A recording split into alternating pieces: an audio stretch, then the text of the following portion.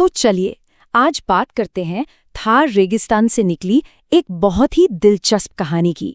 ये कहानी है बाड़मेर की पारंपरिक शिल्पकला की। एक ऐसी कला जो जब इनोवेशन और उद्यम की भावना से मिली तो एक ग्लोबल सक्सेस स्टोरी बन गई। देखते हैं कैसे। और ये जो लाइन है ना, यह उद्यम का वह रंग है जो कभी फीका नहीं पड़ता। ये लाइन इस कहानी का, इस पूरी मेहनत का सार है। ये उस अटूट भावना के बारे में है जिसने इस कला को सिर्फ जिंदा नहीं रखा, बल्कि इसे एक नई पहचान दी, नई ऊंचाइयों पर पहुंचाया। तो कहानी शुरू कहाँ से होती है? हमारी कहानी शुरू होती है राजस्थान के एकदम पश्चिम में, एक ऐसी जगह जहाँ की कमी ने ही, वहाँ के अभाव ने ही रचनात्मकता को जन्म दिया। कमाल की बात है ना? यहाँ ना एक बहुत ही गजब का कॉन्ट्रास्ट देखने को मिलता है। सोचिए, एक तरफ है बाड़मेर का कठोर बेरंग सा भूगोल, रेत के टीले, पानी की कमी, मतलब जिंदगी आसान नहीं है। और फिर दूसरी तरफ देखिए, उसी माहौल को एक क्रिएटिव जवाब, एकदम चटक रंगों से भरे कपड़े, घरों पर की गई बारीक कलाकारी और एक ऐसी जिंदादिल हैंडीक्राफ्ट्स जिसने उस बेरंग दुनिया में जैसे जान डाल दी हो।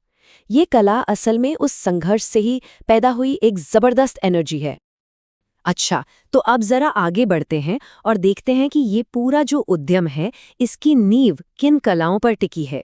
ये वो कलाएं हैं जो एक पीढ़ी से दूसरी पीढ़ी तक सदियों से चली आ रही हैं। तो सबसे पहले बात करते हैं अजरक प्रिंटिंग की। अब ये सिर्फ कोई प्रिंटिंग टेक्निक नहीं है, ये ब्लॉक प्रिंटिंग का एक बहुत ही गहरा हुनर है। इसमें कई सारे स्टेप्स होते हैं, नेचुरल रंगों का इस्तेमाल होता है जो वक्त के साथ फीके नहीं पड़ते। और जानते हैं, आज की जो सस्टेनेबल फैशन की दुनिया है, मतलब ऐसा फैशन जो पर्यावरण के लिए अच्छा हो, उसमें अजरक युवा डिजाइनरों की पहली पसंद बन गया है। इसके बाद नंबर आता है पैचवर्क की कला का।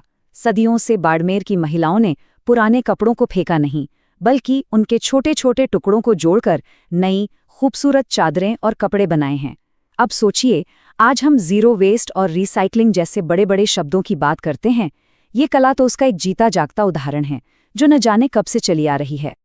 और फिर है कशीदाकारी, मतलब सुई धागे का जादू। यहाँ की कढ़ाई में शीशे का काम, जिससे हम मिरर वर्क कहते हैं, वो खास तौर पर मशहूर है। और सबसे मजेदार बात यह है कि ये सिर्फ खूबसूरती के लिए नहीं है, ये तो विज्ञान और कला का एक कमाल का मेल है। ये छोटे छोटे शीशे रेगिस्तान की चिलचिलाती धूप को रिफ्लेक्ट करते थे, जिससे कपड़े ठंडे रहते थे। है ना कमाल की बात? अब कहानी में एक बहुत बड़ा मोड़ आता है। ये वो पल है जब सदियों पुरानी परंपरा मॉडर्न सोच और टेक्नोलॉजी से मिलती है, और यहीं से असली बदलाव शुरू होता है। तो इस बदलाव के पीछे ना 3 बड़े कदम थे। पहला, महिलाओं ने सेल्फ हेल्प ग्रुप्स बनाए और अपने प्रोडक्शन को ऑर्गेनाइज किया। दूसरा, उन्होंने ई-कॉमर्स और इंटरनेट को अपनाया ताकि वो सीधे दुनिया भर के बाजार तक पहुंच सके। और तीसरा, जो कि बहुत ज़रूरी है, उन्होंने सिर्फ एक प्रोडक्ट नहीं बेचा, बल्कि उसके पीछे की कहानी बेची, उसके पीछे की मेहनत और कला को दुनिया के सामने रखा। और इसका असर जानते हैं क्या हुआ? सबसे ज़रूरी बात ये थी कि इन सेल्फ हेल्प ग्रुप्स ने महिलाओं को आर्थिक रूप से आज़ाद बना दिया।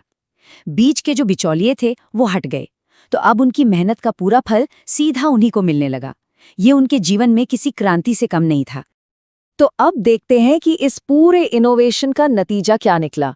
आखिर कैसे एक गांव की कला ने ग्लोबल मार्केट में अपनी एक अलग पहचान बना ली। अब जरा बाड़मेर की खादी को ही देख लीजिए। एक जमाने में जो खादी सादगी का प्रतीक हुआ करती थी, आज वही एक प्रीमियम, एक लग्जरी फैब्रिक बन चुकी है। ये पूरी तरह से हाथ से बनी है, इसका कार्बन फुटप्रिंट 0 है, और खादी डेनिम जैसे नए आइडियाज ने इसे युवाओं के बीच एक कूल फैशन स्टेटमेंट बना दिया है। आज दुनिया के बड़े बड़े डिजाइनर इसे अपने कलेक्शन में जगह दे रहे हैं, जिससे इसकी पहचान भी बढ़ी है और कीमत भी। और ये हमें एक बहुत ही दिलचस्प सवाल पर लाकर खड़ा कर देता है। क्या सादगी ही विलासिता हो सकती है?